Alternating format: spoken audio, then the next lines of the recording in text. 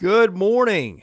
I'm Chris Lee of Southeastern 16, joined by my co-hosts Blake Lovell and Max Barr. It is the time we live for. It is the time you're here for. It is the best time of the year. It is March. It is tournament time. We got stuff in the books, other conference tournaments.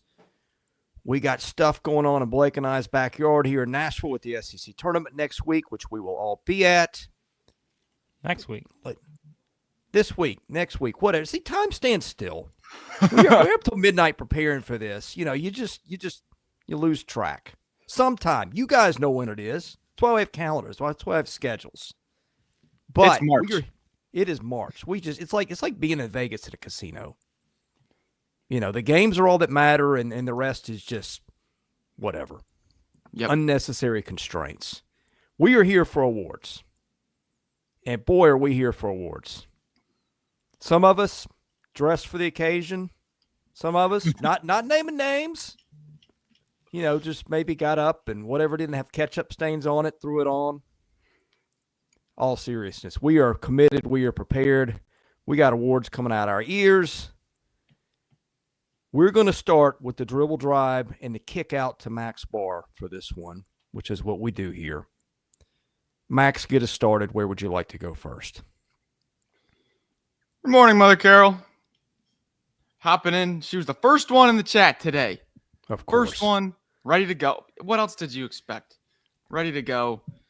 Got some great awards. All SEC teams. We've got defense teams, freshman teams, Coach of the Year, Player of the Year, Bullyball awards. We got some good stuff coming up.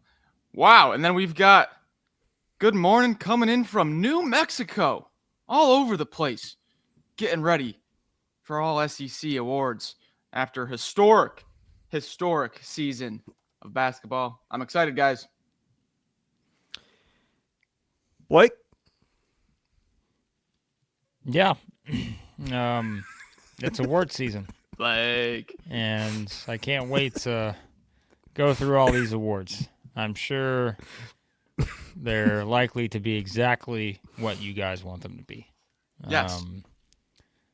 Every single spot, I guarantee you, will align with what everyone thinks.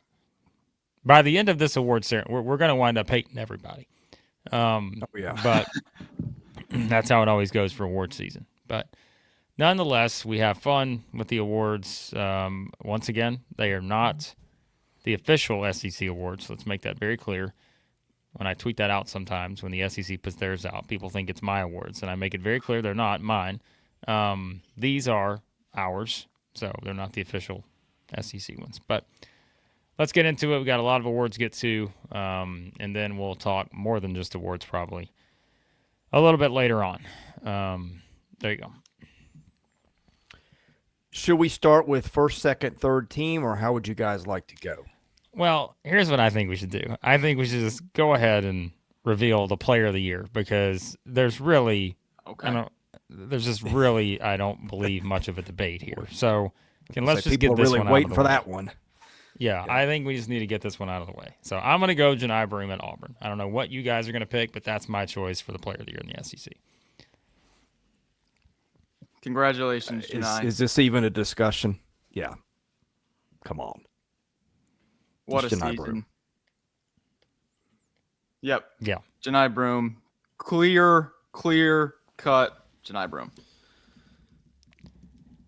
Well, that was easy enough. So that was the easiest one off the board. That was the only easy thing. Just about. It's very debatable, but this year it's just not debatable. So, yeah. All right.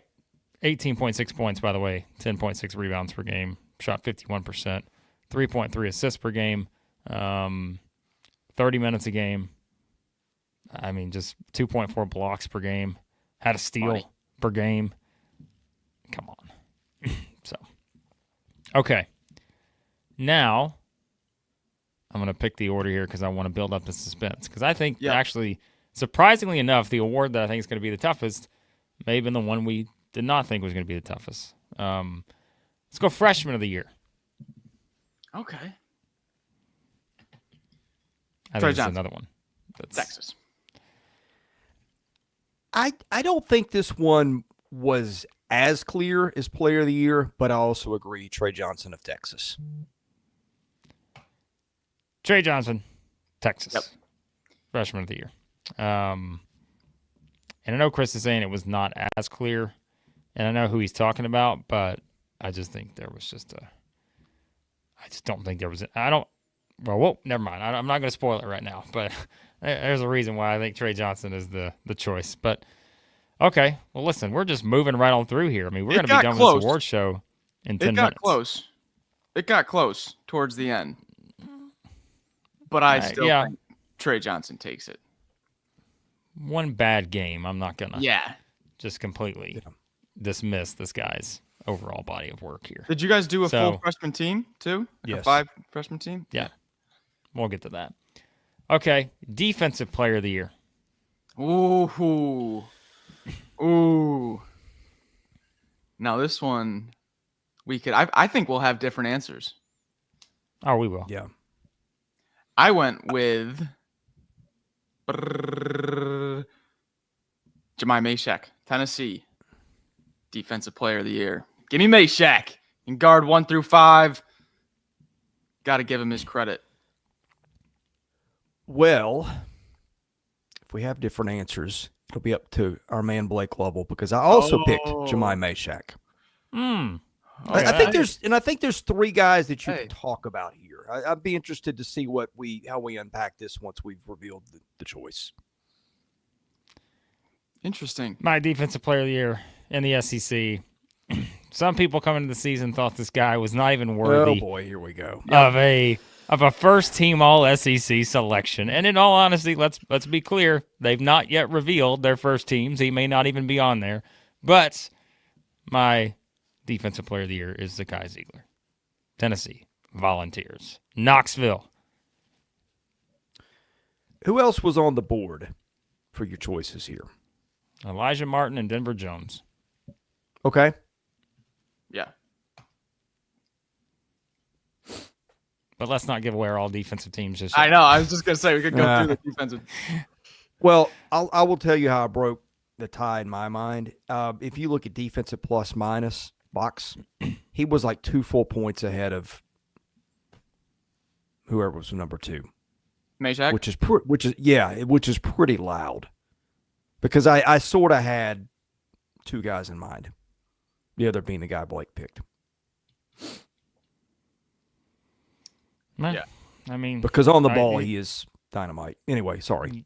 You can't really go wrong. I mean, again, I think you can't go wrong here with defensive, in my opinion. I think there's a lot of great defenders, and even when I made my defensive team, I'm like, oh, I have to leave this guy off because I don't have room for him in my 5-man teams. So, and we are doing 5-man teams this year. Okay, the SEC made the switch to 5-man teams. We're doing 5-man teams. Yep. Until one of us breaks the rules with this third team, but we won't reveal that just yet. You all know I was not just going to stick to 5 on the third team. I always make sure. I had a tie in my voting, Max. Well, I mean, what am I supposed to do? Hey, what if you got split personalities? I had a tie in the voting, Chris. We don't have to explain how we got there. We probably don't want an explanation. I put the names in a hat, and for some reason, I picked them out, and what do you know? There was a tie. I can't explain it either. But it happens. It happens sometimes. You gotta do what you gotta do. Listen, 2 years ago, we were doing 9-man teams here, so let's not. Come on, we've come a long way. So, okay, now is the one I think that is going to be interesting because I'm curious to see who the choices are for the SEC. All right, hold on real quick. 6th man of the year, I'm going to be honest with you. I hate that word. We made the executive decision we were not doing 6th man of the year. I just think it's a terrible award. Just my opinion. Because Max, you said it to me. I don't remember what you said. Your reasoning you gave me was the best, and I can't remember exactly what it was, but I agreed with it at the time. Because you can be a starter but be 6th on the team in minutes, or you can be a non-starter and be 2nd on the team in minutes. So, but we do have a 9th man of the year award that T-Rupp has given to Jacob Cruz. So there you go. Chat awards on the fly. Ninth man of the year. Oh, we got chat awards coming later. Don't worry. I got a long list for you guys of awards in the chat. But, all right. Coach of the year in the SEC. Ooh. I don't want to go first. I don't want to go first on this one. Oh, you got to go first, pal. Oh. No, you don't have to go first. Chris has to go first for this one. Bruce Pearl. Okay. I went different. Oh, what? Todd Golden. Gators. Okay. Todd Golden. Coach of the year. Blake? Interesting split there. It's like I got to break the tie, huh? I'll give you my reasoning after. Yeah, I think you can give your reasoning. I think that Bruce Pearl is the coach of the year in the SEC, and the reason why is everyone is going to, and boy, have I already seen it, everyone is going to overreact to the fact that Auburn lost 2 games to finish the season after they had clinched the toughest conference in the history of college basketball through 16 games by being 15-1. And one of the best resumes, like just all the absurd things. And everyone's going to say, oh, well, come on. You picked him to finish this in the SEC. I see you, Malik. I see you. Guess what? To me, when we do our awards, are we just awarding people on what they did in these games, or are we awarding from the full season? Which one? Because everybody has different criteria they use. Full season. Full season. Okay. Well, then there we go. That was my point. If we're awarding for the full season, we cannot act like the non-conference didn't exist. And so it's Bruce Pearl for me. I don't. Go ahead, Max.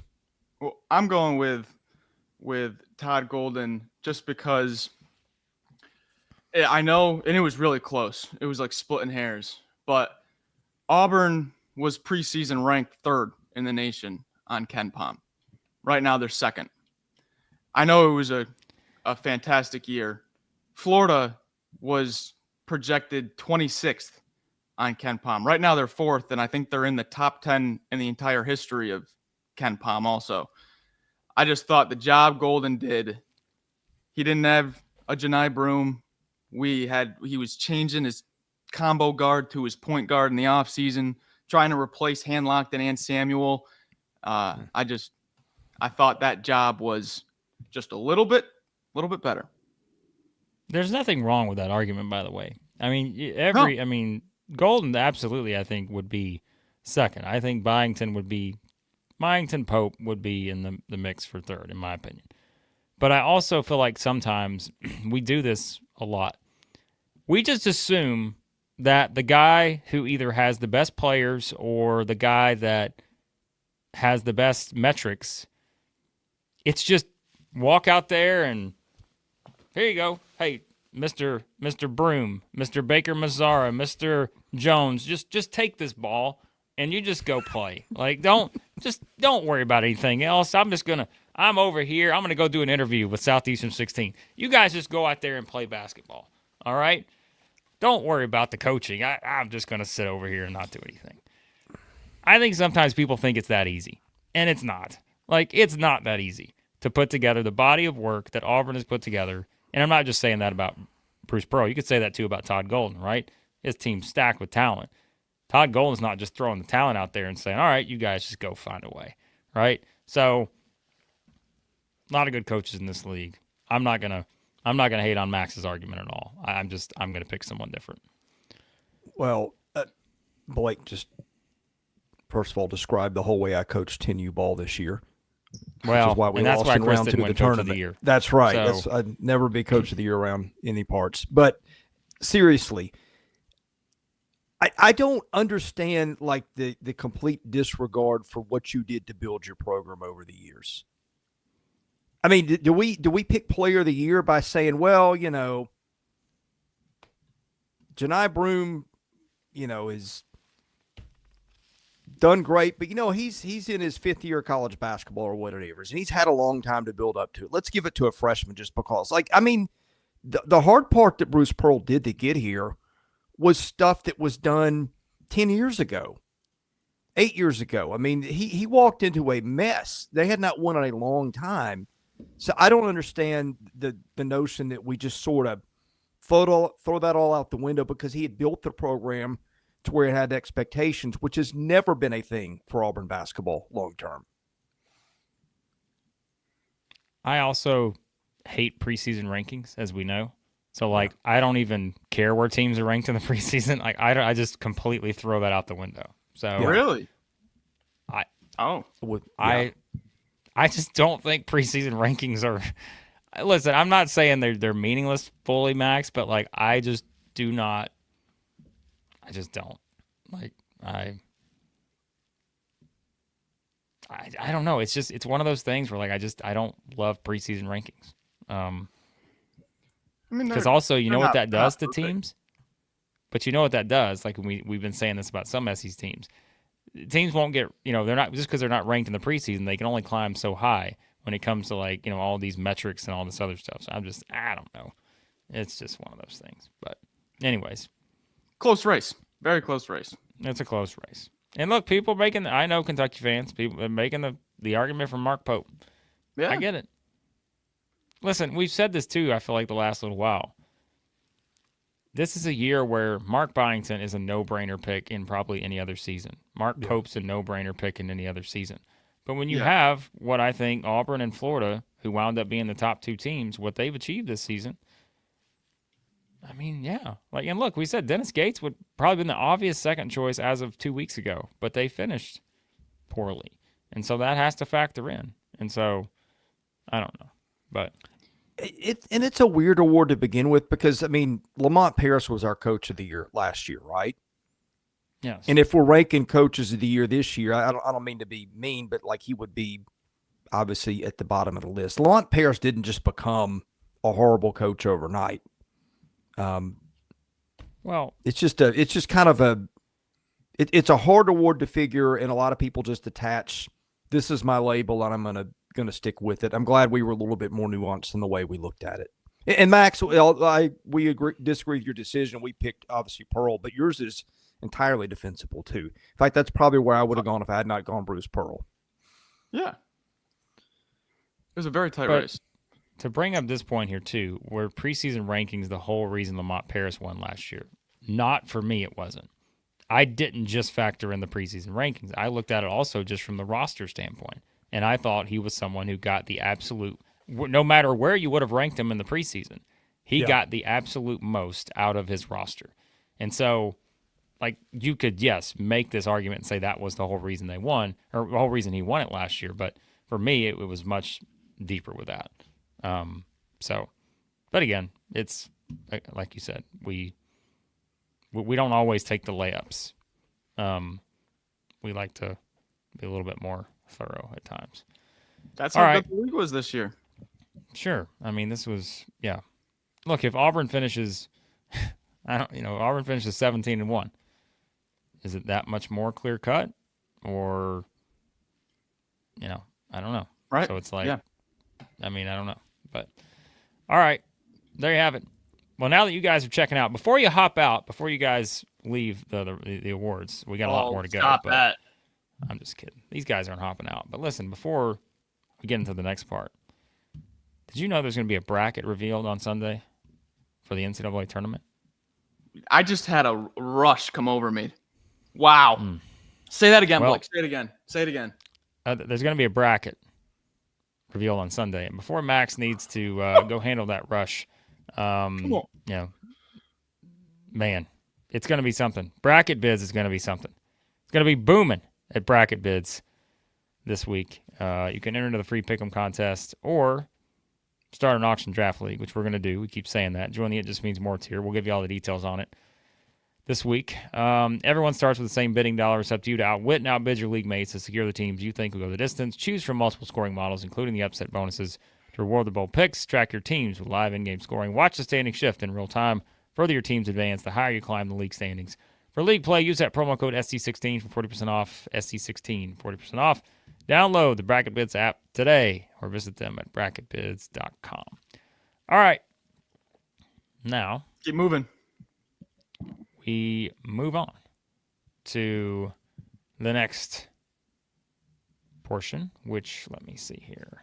We'll Team? get back to our non-official individual awards coming up a little bit later. I'm excited for those. First team, all SEC. Just go give you my 5. I think that's probably the best way to do it. Yeah. All right. First team, 4 of them were easy for me. The last one was very tough.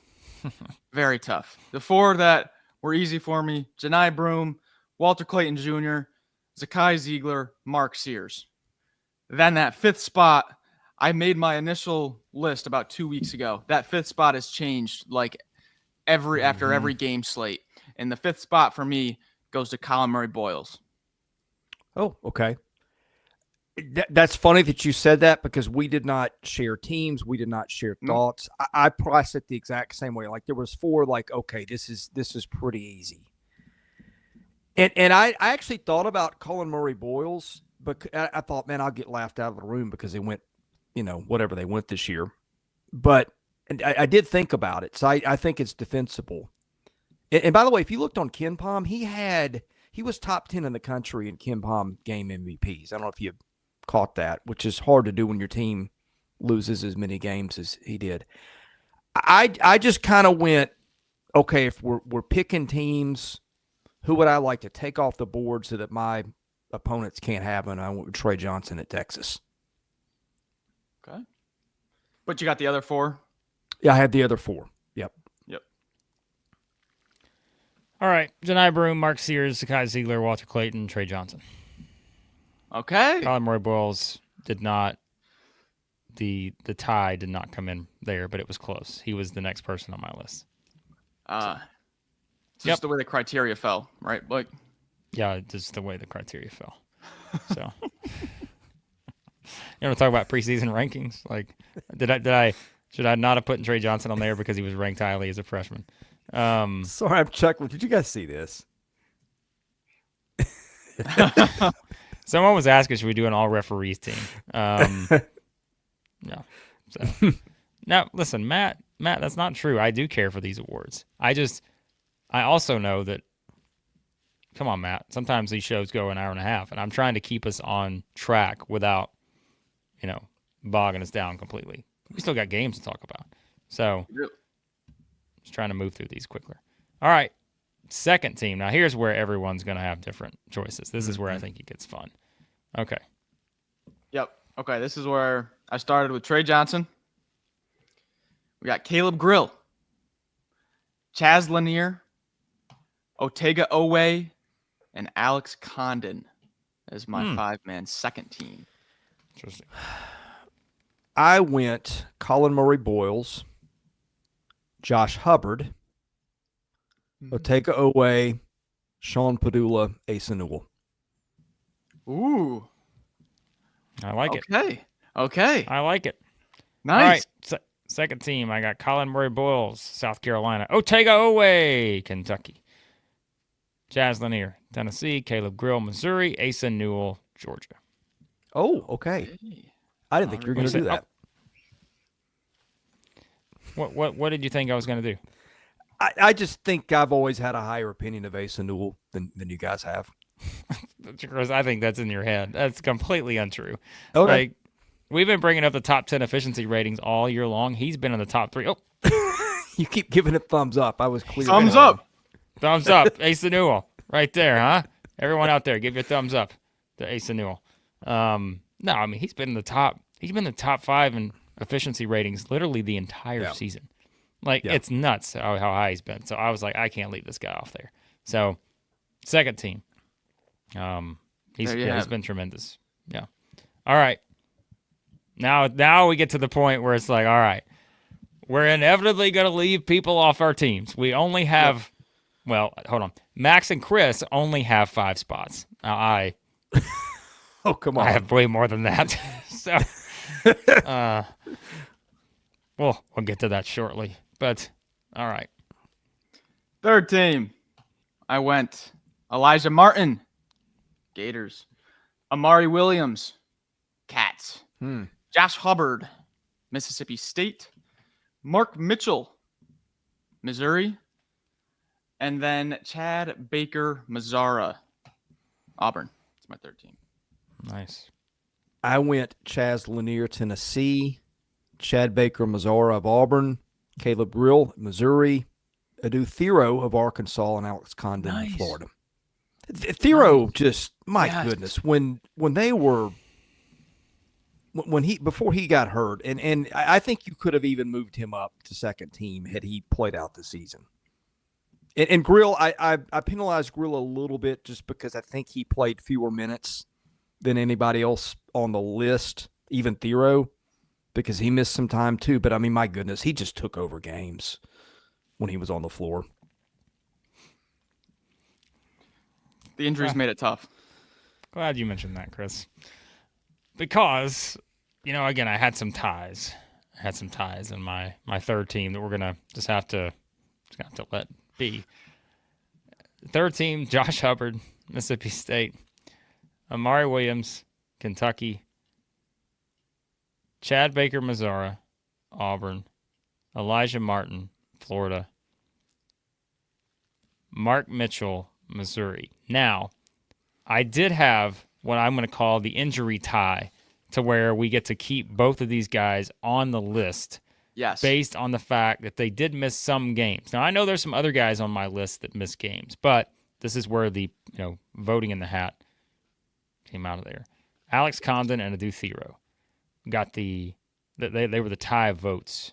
So therefore, I have a 7-man third team all SEC. You know why? Because I can justify it for the third team. Because if the first and second teams get in foul trouble, which tends to happen with the SEC, I need some extra bodies on that third team. So therefore, Condon and Thero, injuries, like you said, Mac, I think it was tough to figure out exactly what to do. Should I rank this guy higher because he did miss some games? I don't know, but this is where it's like, man, I'd love to have 8 more spots on the third team somewhere, but whatever. Because Thero and Jackson Robinson, if they played all the way through, would have gotten spots.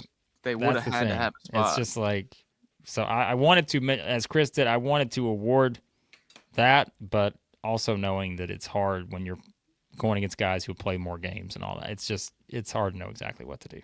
So we could have just done a fourth team. Well, we could have did 15 teams. Then you can be honest with you. Just got to do a fifth team then. we could have did a fifth team. All right. By the way, before we continue on, how about this? Did you guys see this comment from Kimmy here? Working at the Kentucky State Capitol today, sitting in the library and listening to you guys. A guy just walked past me and said, "Is that Southeastern 16, Max and Blake?" And I said, "Don't forget Chris."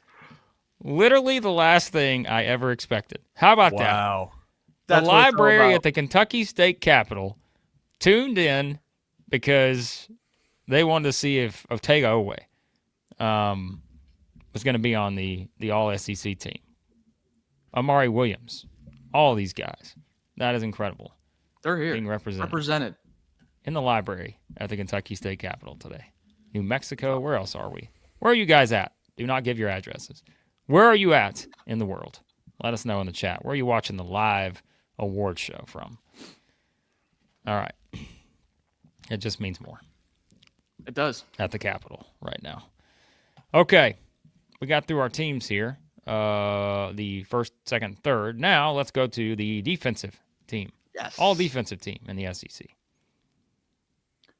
This one was hard. Well, yeah. I think I just made it hard on myself. It was hard. I made it hard on myself. Dominated by the guards in my my list here. Got a lot of guards on my first team. All defense. We have got the 2 boys from Knoxville. We got Jemai Mashak and Zakai Ziegler. Then we have Elijah Martin, game changer for the Gators defense. They actually ranked second in the SEC in defensive efficiency for conference play, the Gators. Elijah Martin. So then 2 more. I have got Denver Jones, Auburn. Great perimeter defender. And then to round out the list, I've got a bit of a wild card. Anderson Garcia. He is just You had to get an A&M representative on there. You had to get an A&M on there. It was between him and Solo, and I think Anderson was a little bit better this year. I am confident I don't have the right answers, but here's where I went. There are two that are easy. Jemai Mashak does Zakai Ziegler. I went the opposite way. I went bigs. I went Janai Broom, Alex Condon, Dylan Cardwell. And I thought about Garcia. And there's another Florida player that none of us have mentioned yet that I thought about too.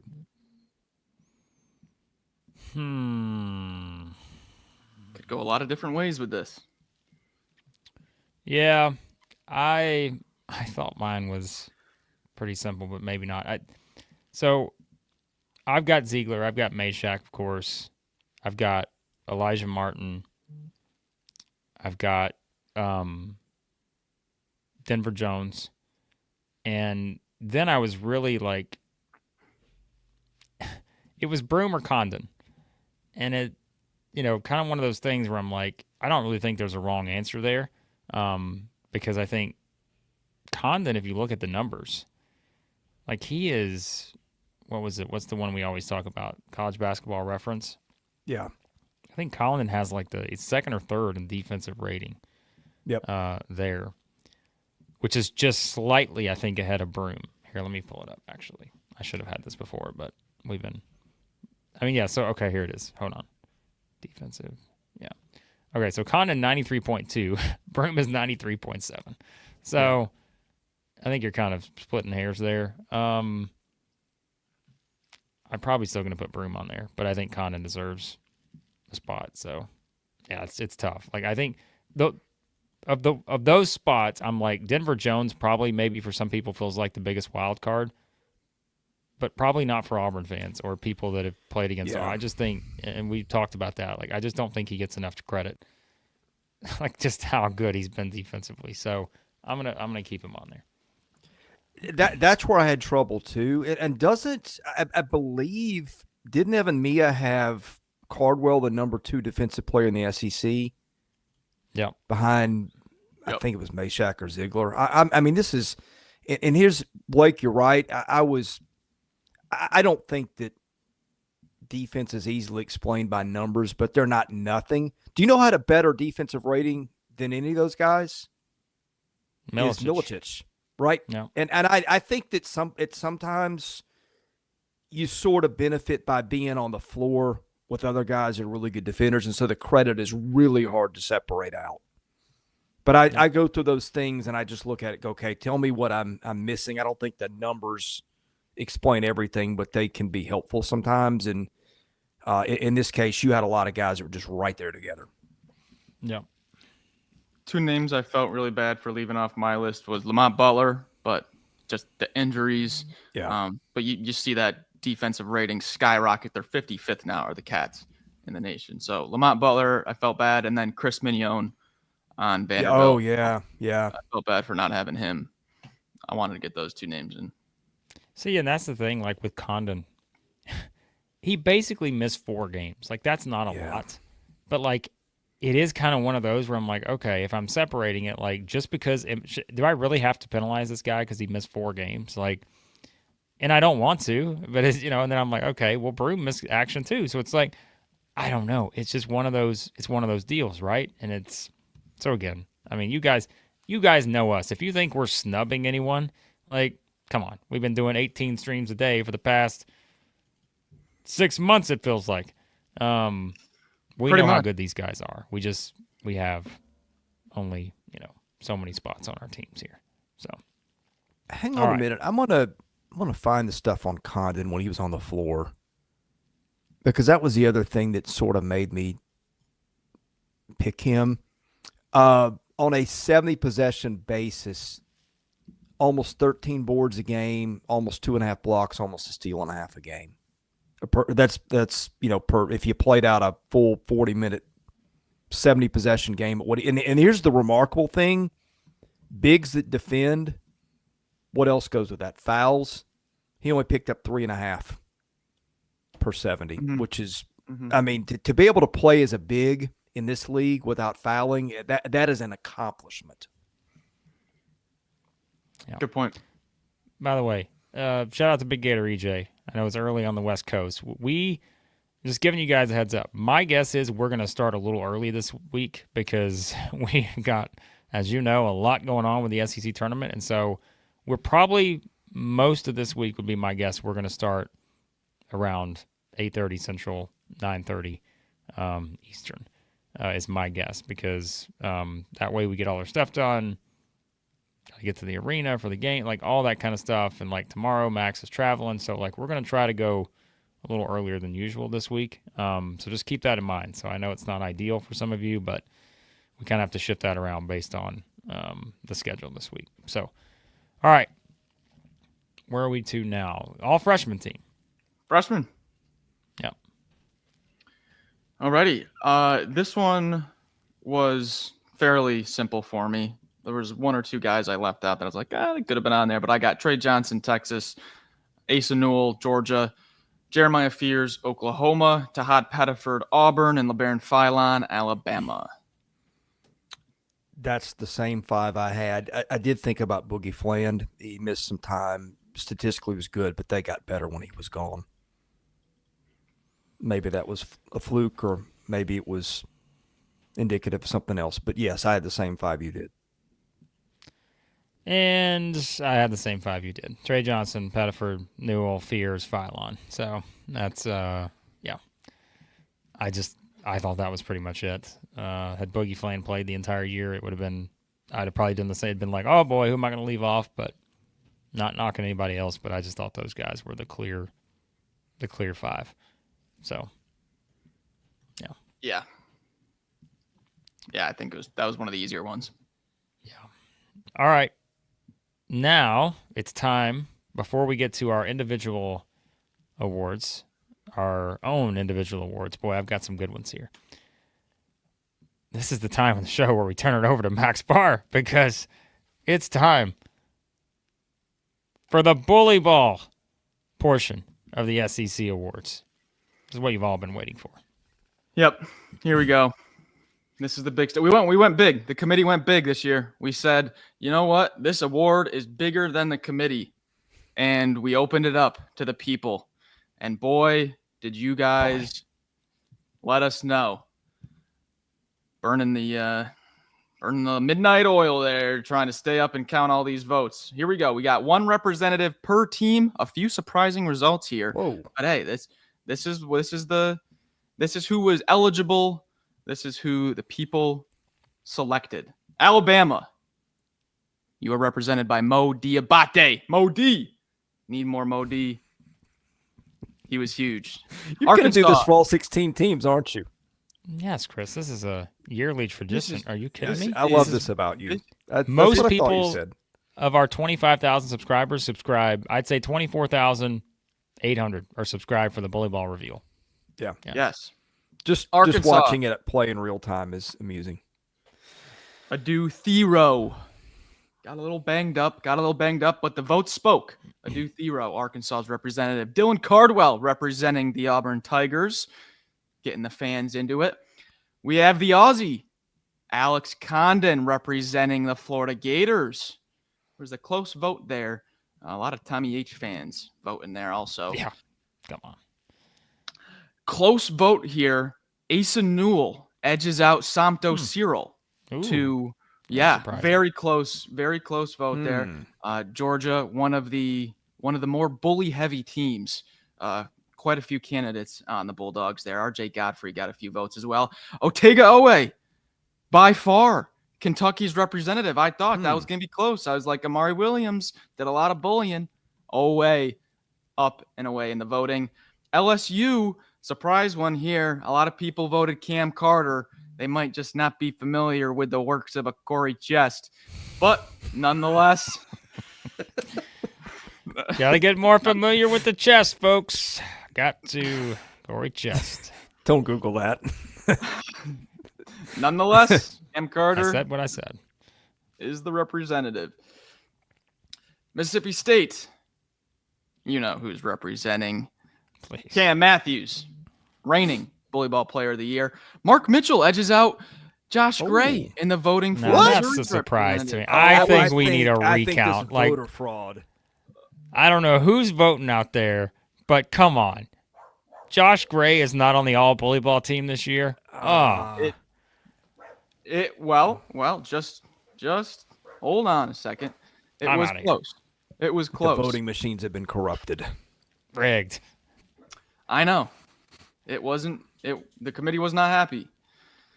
Oklahoma, Jalen Moore. That was a tough one. There wasn't many bully options on the Sooners, and same with Ole Miss. I thought Dre Davis was going to be Ole Miss's, but the voters said Malik Dia. That was a tight one. Also, the number one biggest margin, Colin Murray Boyles for South Carolina, the enforcer for the Gamecocks. Jemai Mashak beats out Cade Phillips and Felix Akpara to be Tennessee's bully. And then Trey Johnson beats out Arthur Kaluma. There wasn't many options on Texas. The voting was all over the place. Farrell Payne representing the Aggies, and then Devin McLaughlin representing the Commodores. So there are your representatives. Those are how the votes fell. Your 5-man all Bullyball team comes down to Cam Matthews, Mississippi State, Dylan Cardwell, Auburn, Farrell Payne, Texas A&M, Colin Murray Boyles, South Carolina, and Mo Diabate, Alabama. And then I will be fully transparent. My personal individual vote for Bullyball Player of the Year was Colin Murray Boyles, but the voting was overwhelming. I tallied them up. It was overwhelming. There was one guy that was on almost every ballot. That was Alabama's Mo Diabate for your Bullyball Player of the Year. And the crowd goes wild. Oh, Christian's about to spam the chat, the likes of which we've never seen before. After that, It was far and away. It really was not even close. I was surprised, but it really was not close. Mo Diabate, Player of the Year. All There right. you have it. Interesting. I was curious who would win this year. Because, again, I feel like Cam Matthews is going to have a tough time retaining the championship. Mm-hmm. But, yeah. It's a good one.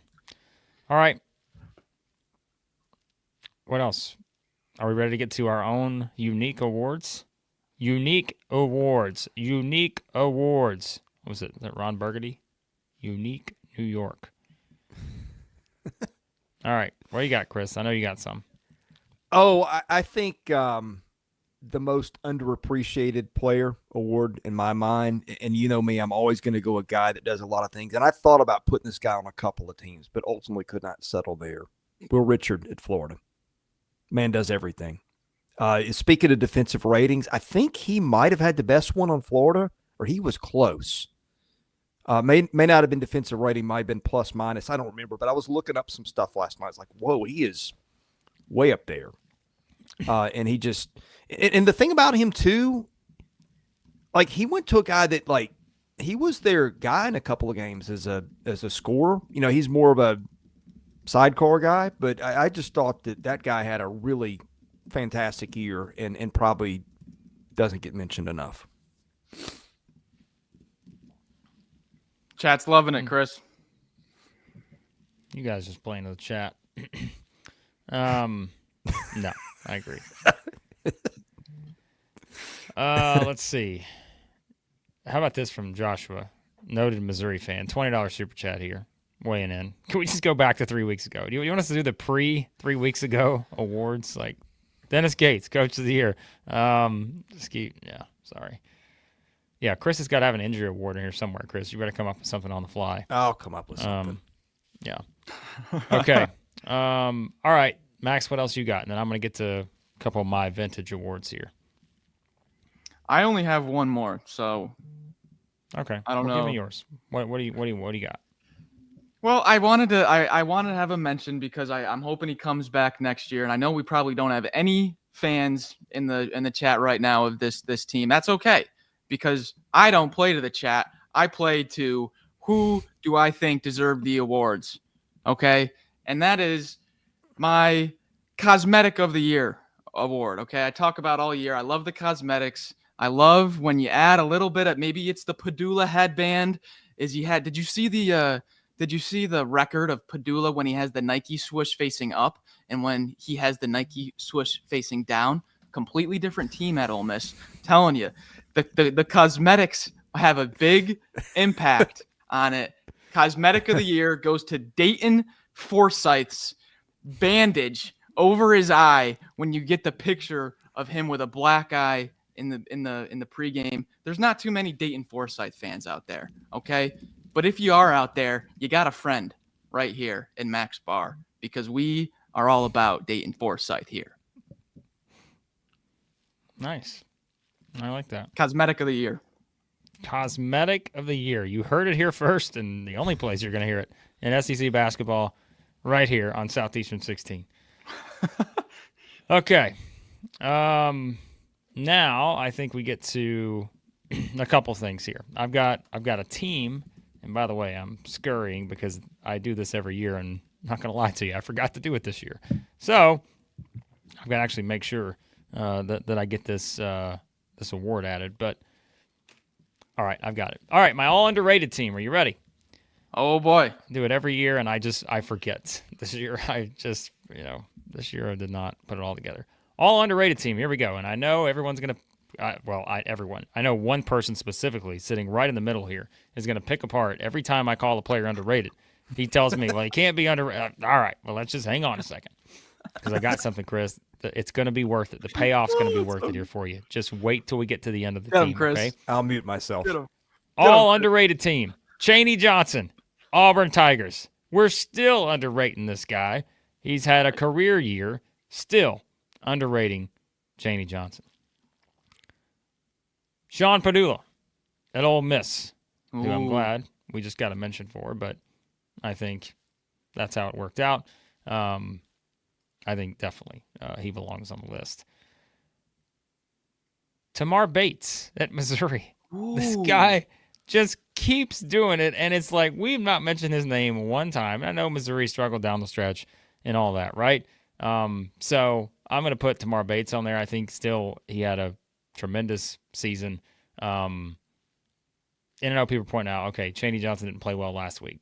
Hey, I'm looking at the full body of work here. Underrated to play. Underrated this season.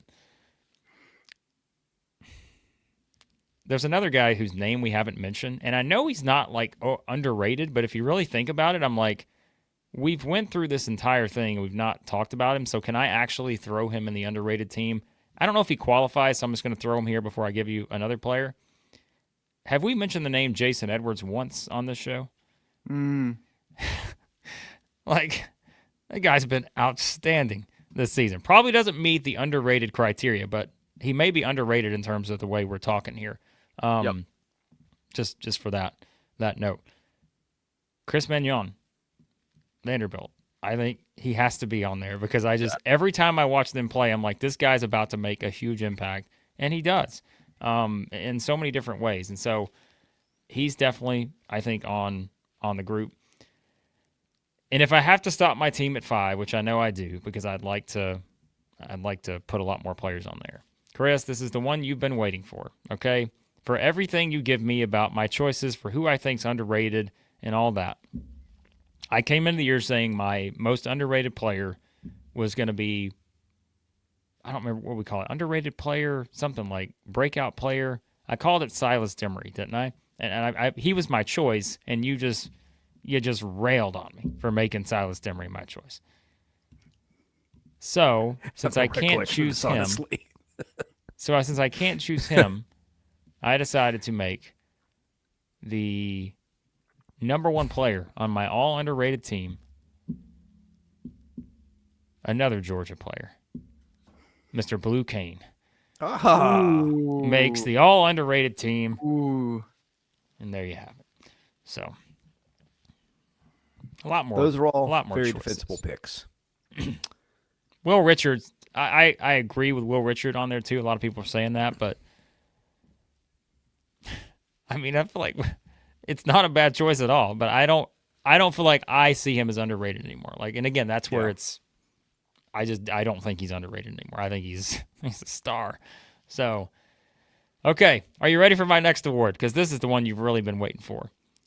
And we say we don't play to the chat. Well, we know I do.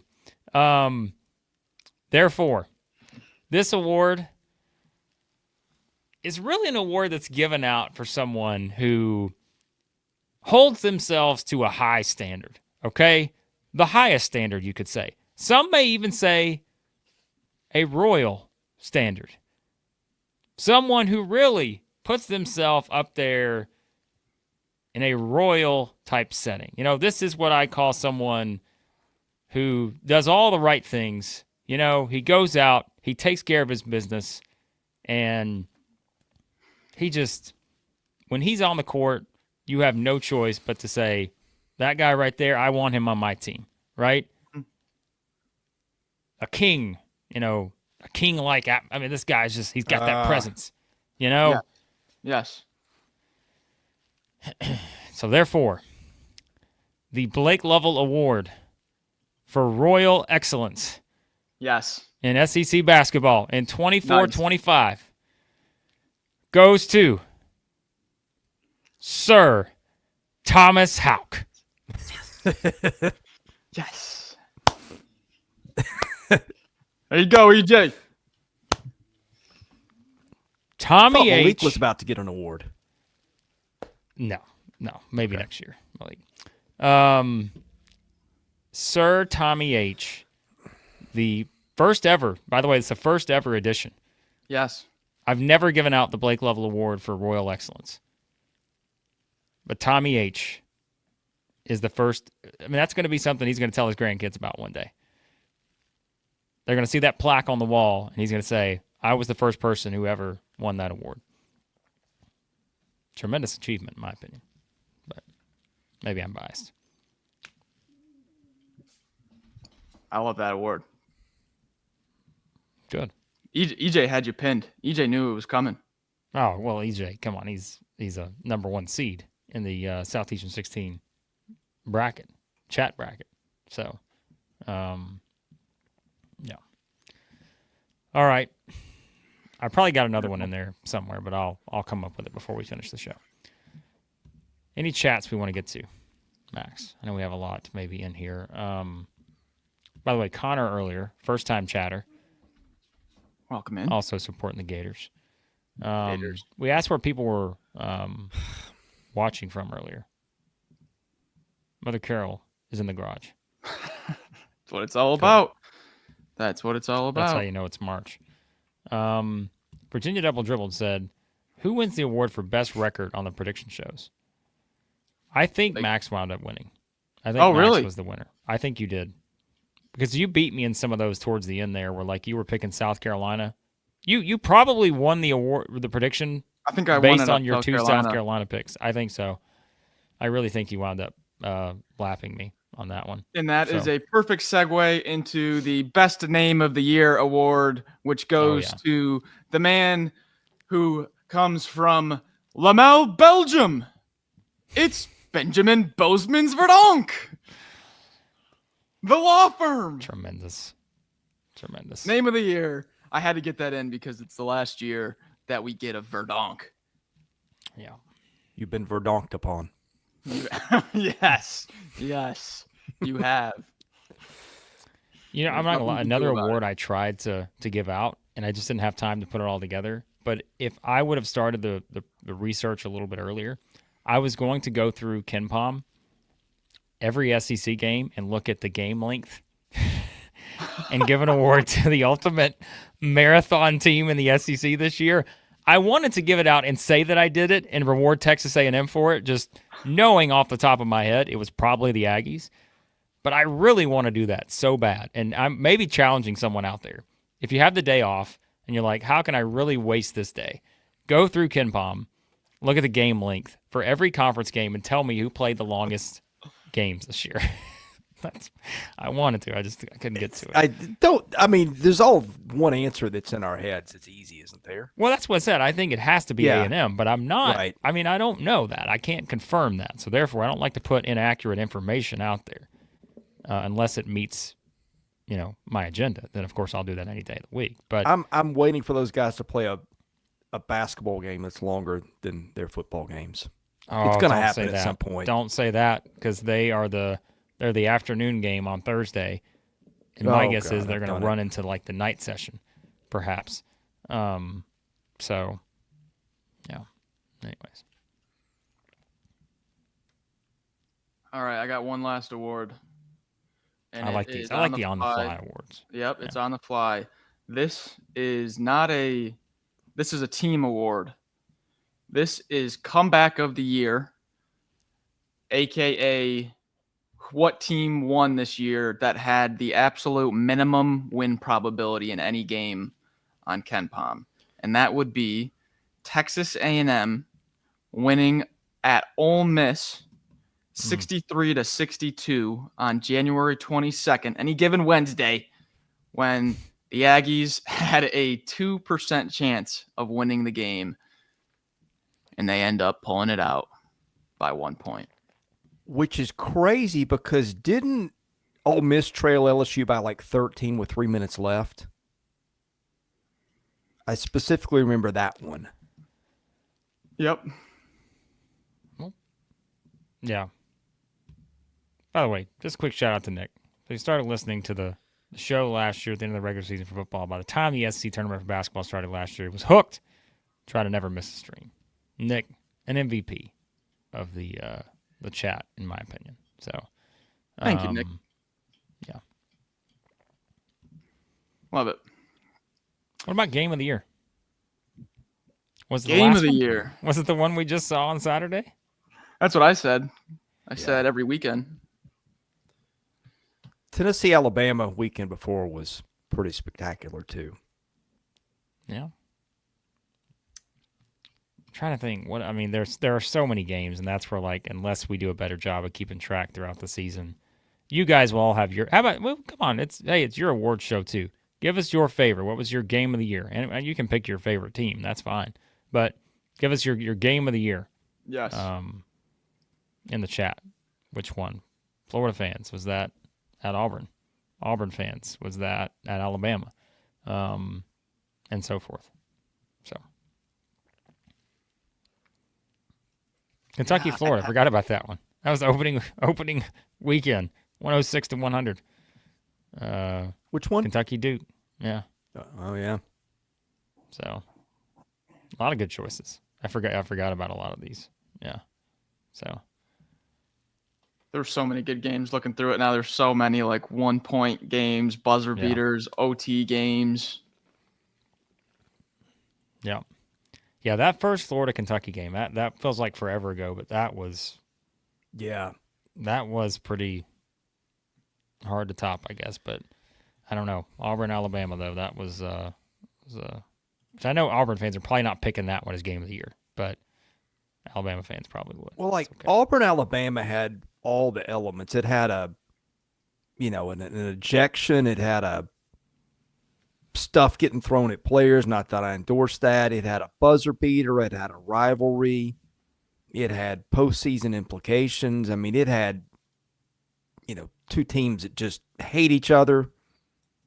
There was if you make a checklist of all the stuff that makes a great game, that one's pretty hard to beat. Yeah. The Mississippi State Alabama game where Hubbard had the 30 or 40 at home, couldn't miss. Yeah.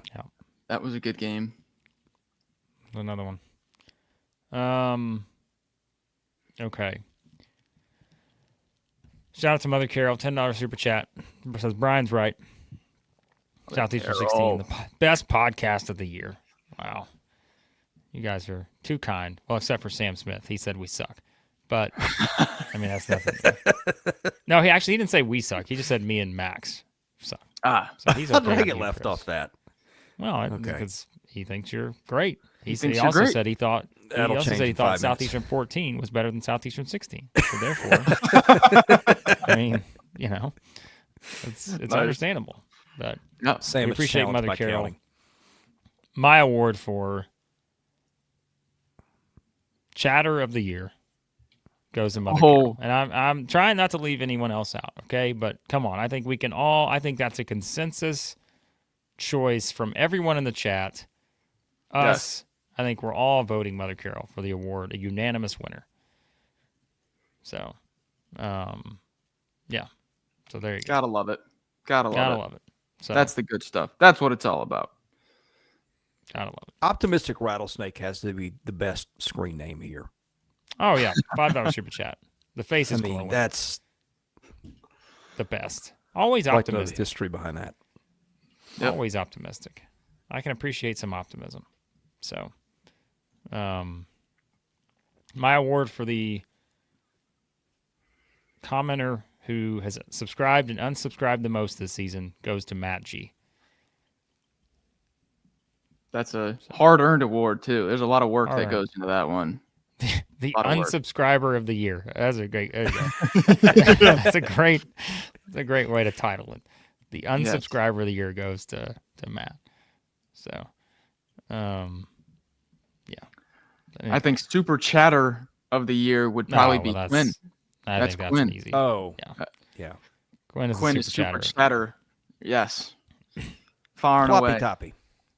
Yeah. So, by the way, we also don't discount the effect our picks have on people. Kimmy says after the Kentucky Arkansas game, couldn't watch for 2 weeks, came back, stopped listening to the predictions before you guys gave your picks. So would watch it, but just would not wait until we actually picked the game. Then turn it off before that point. Well, you know what?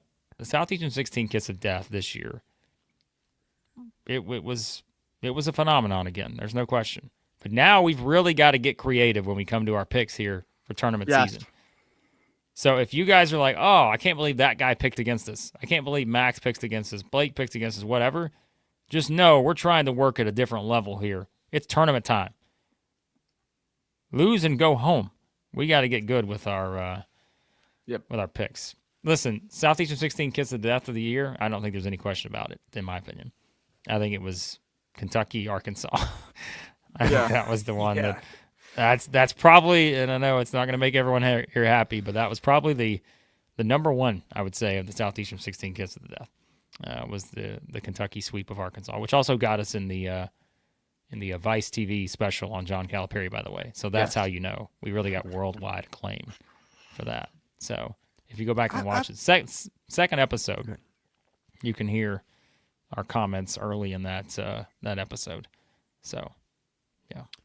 I've got, just off the top of my head, like stuff we didn't see coming, surprises. Like if we go back and we're doing this at Media Day in October, like what was the stuff that we completely didn't see coming? Biggest surprise. Is that how we want to label it? Sure. That's a lot easier Surprise than the way of the I put year. it. Man, If you want to go based off our preseason rankings, like who surprised our rankings the most, it would be the Gators. We had them 7th in the preseason. yeah, that's true. I would say Florida. Yeah, it's probably Florida, I would say. I mean, I think Vanderbilt would be in that discussion, getting to 20 wins. But I say that Max and I were high on Vanderbilt, probably more than most people were when we did our preseason stuff last year. So I don't know if I was that stunned necessarily. But I think we had them 14th or 15th when we did our composites, didn't we? well, that was our composites, but I think like Max and I spent a lot of time last summer saying that we were going to kind of peg Vanderbilt as the sleeper team. Yeah. And eventually we moved off that a little bit because we were worried about the size factor, but we were still, I think, higher on them than most. But, we had them 15th in our rankings. Oh, okay. Well, like people were saying Missouri too. That's where, again, we were higher on Missouri than most people were. I think we'd have been pretty close on Missouri, didn't we? We were higher on Missouri. We had them ranked quite a bit higher than everyone else did. I mean, there were some people that had Missouri last or 15th. We had them, 9th? We had them 10th. Something like we had them 10th. Okay. Yeah. Yep. So, yeah, probably from like the casual. We were the highest of everybody. Yeah, I was going to say, like, Missouri would probably be that. But, yeah.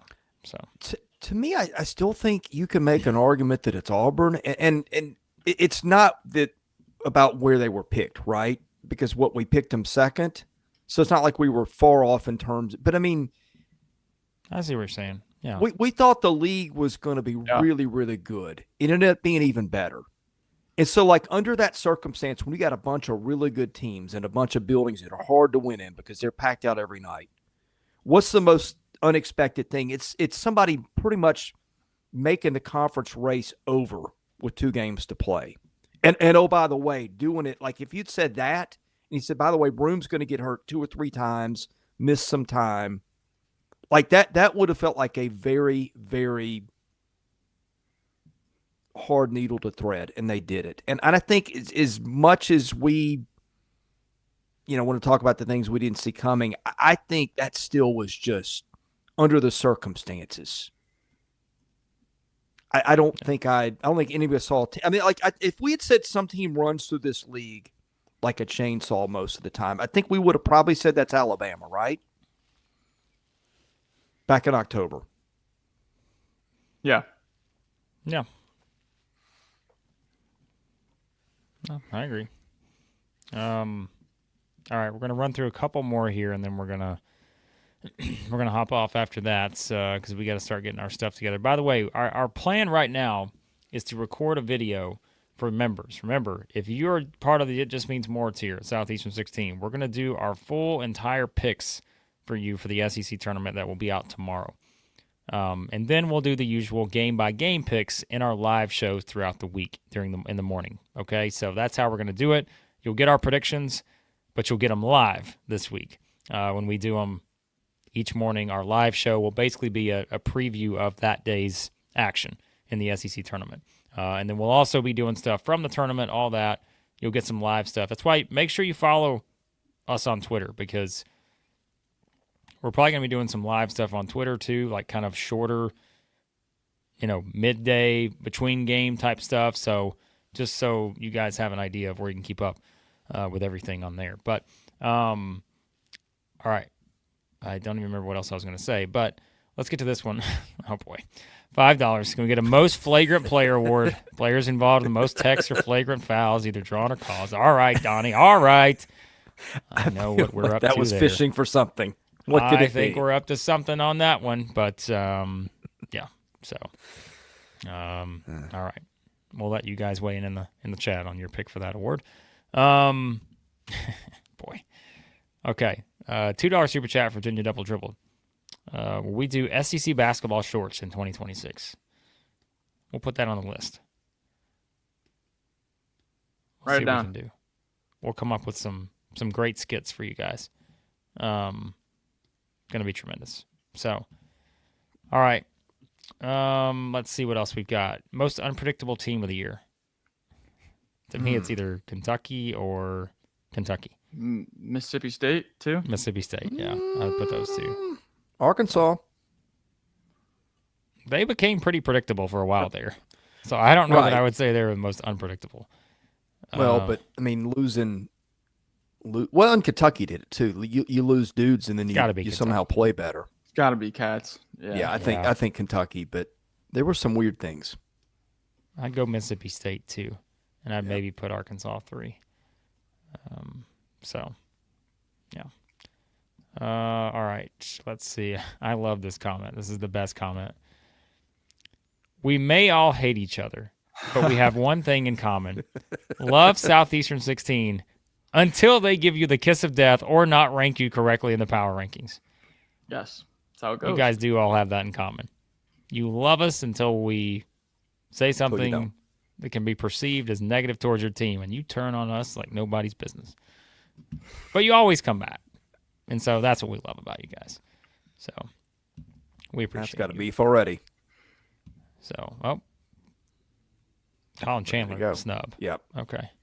Who do we snub? Yep. Of course, that's the focus here. An hour in, we've put an hour and 10 minutes into this award show. You guys focused on who we snubbed, so how it goes. That's fine. Sam's added some clarity. Well, leave it up to Sam to add clarity on his. Remember, Sam is not picking sides here. He hates us all. So that's worth noting on this. But okay, we've got one more award to hand out. I'm going to call this award the award. I'm going to call it the High Efficiency Award. Okay. Ooh. High Efficiency Award, because sometimes in life you need efficiency. Mm-hmm. It can't just be going about your business day to day, inefficient. You need to be efficient. Yes. Right? That's what you need. So my award for most efficient phenomenon, entity, Yes. worldwide conglomerate, any other phrase you want to use, that award goes to Sanders Moving. Boom. Because you know what? When I think about the efficiency award, it's got to be, have you done everything you can to make things more efficient? These guys, Ted R. Sanders, he decided he wanted to be so efficient that he changed the name of the company to say, you know what? Logistics, that's got 9 letters. Moving, Yes. a little bit shorter, huh? A little bit shorter on moving. So therefore, Teddy R decided he wanted to be so efficient that he would change the name of the company. That's how you know he goes above and beyond, because you know that Sanders Moving, formerly known as Ted R. Sanders Moving, and Sanders Logistics, a leader among moving companies in Nashville, that you see they've gone from Ted R. Sanders Moving, Sanders Logistics, now Sanders Moving. They have continued to cut. By the time we are reading this a month from now, they may just be Sand, because he just keeps cutting down the letters on their name. But they are still a leader among moving companies in Nashville, Tennessee, and the surrounding area. Their team of professional movers focused on delivering efficient, hassle-free moving at an affordable price. It's in their name. It's in their description here. Efficient. Whether you're moving across town or across the country, Sanders Moving has you covered. Visit them at tedrsandersmoving.com. Sand. That's beautiful. A masterpiece. Virginia, double dribble. Did Teddy R see the benefit after SC14 became SC16? Yeah, no question. No question. Yeah. Either they're so big now that they're having to cut down the letters for all the attention they're getting, or they're cutting down the letters because we have drove them out of business. It's one of the two. But my guess is it's the first one. I don't think if anything, we've given them tremendous business, is my guess. So, we've got a food sponsor coming soon. They're on the way out. There is your little information nugget. We have a food sponsor coming soon. Can you imagine what I'm going to do with a food sponsor? Oh, Okay. my. Get it on All your right. jacket. We're out of here. Awards. Out of here. We got baseball coming. Yeah, there's like 80 games a week in SEC baseball. We're trying to keep up with that on top of this. So, what time do we schedule it for, Max? 10:15? 10:15 sounds good to me. That sounds Yeah. great. And we did a weekend wrap last night, so check that out. And we'll do power rankings this morning. I say that. I'm not sure what the schedule is going to look like this week for baseball, because I will be at Bridgestone watching the games with these guys. But we're going to try to get baseball content up and recaps and all the stuff. Anyway, we are doing baseball shows generally Monday, Tuesday, Wednesday, Thursday, and some weekend recaps too. So be sure to check all those out. Thank you for watching. God bless you. For Max Barr, Blake Lovell, I'm Chris Lee. You've been watching Basketball Awards here at Southeastern 16.